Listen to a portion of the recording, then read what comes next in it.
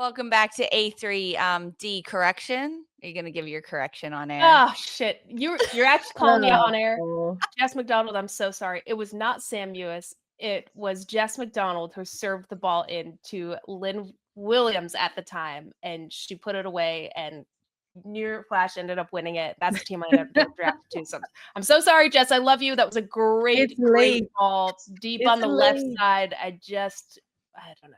It's late in the club. late. It's last call. We're good. It's late. Oh, And we're Jess good. holds her assist record very, very close to her heart. It's as she very should, personal. As she should. So the fact that you got that wrong is a little concerning. I know. Okay, we're back. We're talking not Jess McDonald U.S. team, but this Lynn Biandolo U.S. women's national team. They close out SheBelieves Cup on a 2-1 loss to Japan. They do not lift the SheBelieves Cup trophy for the first time since 2019 when England did the thing. Now, this whole camp, this whole tournament was where Emma Hayes was going to see who could be the best number twos, whether it was in the front line, in the back line, in the midfield, who could be depth to this squad, bringing in a lot of young players. So I want to know from my experts on attacking third tonight, who proved themselves that they belong on this U.S. women's national team. Sandra?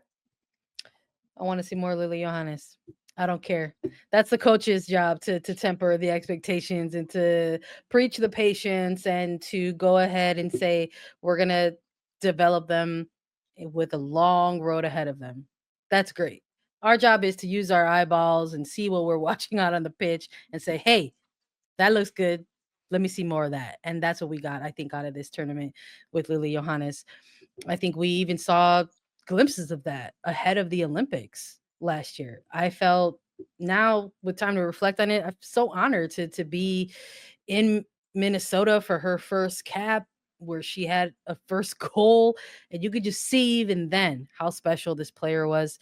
So to get to see her in this kind of setting where there's some high stakes involved against good opposition, where there was a trophy to play for, I'm very happy to see Lily Yohannes and her progression, not only for her own personal development, but with the U.S. women's national team. And I think she needs to get more call-ups and get more minutes in that midfield.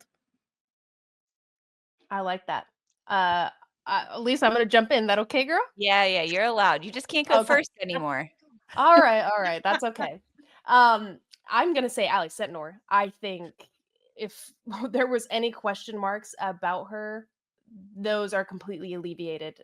She has proven that she can be a game changer. When there's not much going on, she's somebody that you can rely on to be effective. If it's for 10 minutes, 20 minutes, 30 minutes, she's going to score goals. She's going to create opportunities. And like I was saying before, we don't know what her ceiling is. She is so young and there's still so much to learn and see from her game. I think she is still going to be developing in ways that maybe she doesn't even know under Emma Hayes, that she's going to be unstoppable. And to me, the biggest thing that you can't teach is how you react when things go wrong. And to me, she had one of the strongest reactions when the US went down or they needed a goal, they needed to come up big, they needed to be gritty in the defensive third. She was back there putting in a shift and getting forward and being effective in front of goal. So to me, Ally Sentnor is the standard of what a player coming in and wanting to be part of this attacking crew that the US has. You have to be up to there. Ooh. Christine. You know what? I had both Lily and Ally Sentnor as my now players, as Emma Hayes likes to categorize them, now players and future players. For that very reason, Lily Yohannes has been this calm, very introspective and like just impactful player for a teenager in this midfield. So for me, she definitely needs to get more minutes. And in terms of Ally Sentnor, she's been questioned now twice and has come up with definitive answers. I feel like that is undeniable. She has shown up and will likely continue to show up the more that she gets minutes and gets cultivated. The chemistry with the squad, I just foresee these players fitting in with the more senior players extremely well, and also being to adapt and being highly coachable. Ally Sentnor to me is already on this team. She's on the U.S. women's national team with or without triple espresso. Yazmeen Ryan is a player that needs to be called into every single camp. She has developed every single time she sees the pitch under Emma Hayes, proving herself that she can get involved in the play even when it's not coming to her, creating things out of nothing, combining well with the people around her, having a lot of versatility. She's got great vision, crosses into the box, plus she can rip a shot from 25 yards out, put it on a rope. I loved Yazmeen Ryan and seeing her, especially in this challenging game against Japan, where there weren't always chances and opportunities for her to shine. She was gritty and wanted to get involved. There's also a shout for Michelle Cooper. I think that can be said. We didn't get to see her in this Yes. match, but you like that one, Sandra? I mean, to me, Michelle Cooper is one that proved that she's gritty and she wants to work to get onto this roster. But there's also the other side of it, who maybe needs a little bit more time to develop, who maybe didn't, stand up to the standard of what the U.S. women's national team needs to be, because it's a tight roster at the top, who isn't quite there yet to make their way onto it. Christine, you got one? Unprepared. I'm like, me first? Go ahead, Sandra. I'm Darian? I'm unprepared. I'm still thinking. Oh, of it. okay. I think that I think based on the performance we saw, and I don't want this to be taken as a negative, I think that Hutton will be very good. I don't think that she's ready yet, or she hasn't been plugged in the best possible ways for her to be used. And so I think she needs a little bit more time in the cooker or figure out a better application. I feel a little bit similarly about McKeown in the back line. Again, like great raw skill set, but not necessarily a plug and play, ready to go now player. I like that. I was thinking, I'm told I can't go first. I did have somebody. I did have somebody, Complain but I about always going kept first. my so- mouth You can shut always 'cause go I've been ahead of yapping me. the whole show. Mine was Terry McKeown. I think, especially when you're putting a right-footed player at left center back with players she hasn't had a lot of playing time with, especially on her left with Crystal Dunn or whoever you're switching into that position, that's a really tough adjustment with your body positioning, how you're opening up, how far your touch is going to go. If you're driving and dribbling forward, you don't really want to do that on your left. I'm sure she's more comfortable doing that on her right, which we've seen her do with the Spirit. But I think if you are wanting to make her that left center back, pair her with Tiarna Davidson or have her shadow Tiarna Davidson, because I think she does it so elegantly because she is left-footed. So I Mhm. think she just needed a little bit more time. I think there was chemistry issues across the back line and mainly there, and you could see that just this Japan squad going at Tara McKeown. Yeah, well, Yeah. McKeown's never going to play the same as Davidson because she's naturally right-footed, and Davidson's That's the thing, you left-footed. shadow her. Like, Right.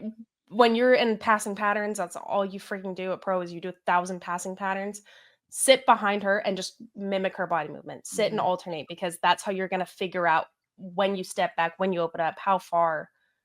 Those are the qualities Emma Hayes wants in that position. That's what she needs to do because it wasn't there this game. Interesting.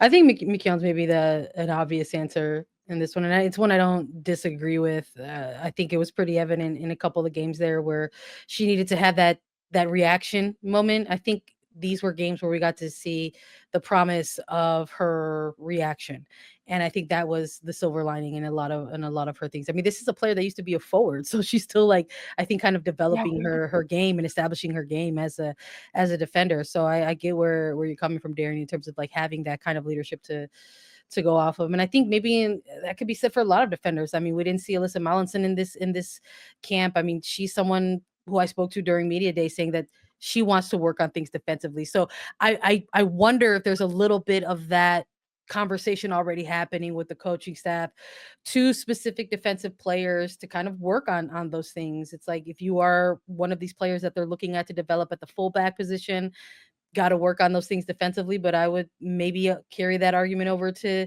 McKeown as well. I'm a little bit surprised that maybe the goalkeeper position wasn't brought up in this Yeah. one. Maybe that's an area that's a Yeah. very obvious area I think that we are going to continue to see get worked on for a while here. I don't think this is something that was determined, that this role was solidified by any means on this tournament. Emma Hayes has said herself that she's going to need some time to evaluate in this role. I believe June was like the messaging that hopefully after the June window that they'll have a little bit of an answer there. Casey Murphy was not in this camp. Valentine Joyce was in as a training player, so did not get to see an opportunity for her against these three quality opponents. And we got to see Jane Campbell twice and McGlynn once. So I would argue that McGlynn maybe is one of these players as well that needs to continue what she's doing for club and hopefully stay on the radar of this U.S. women's national team coaching staff. The goalkeeper spot is absolutely the biggest hole because everywhere else there's someone else that just wasn't in this camp. There's no other goalkeepers, right? I mean, Jane Campbell, this was the biggest game of her career that she has ever played. In her 10th cap with the senior women's national team, her first time playing with the trophy on the line, her first time facing an opponent that was ranked in FIFA's top 10. Plus, there's a starting goalkeeper spot on the line. I mean, this was everything that Jane Campbell had worked for in her entire career. And of course, we don't have time to dive into it now, but we will talk U.S. women's national team goalkeeper position because A3 never sleeps. We're going to get a quick little cat nap in, and we'll be back at 11 a.m. Thursday morning live on YouTube. You can listen anywhere as a podcast if you're going to catch some Z's, but not us. We're up. We're clubbing. A3 late night, A3 early in the morning. It never stops for us.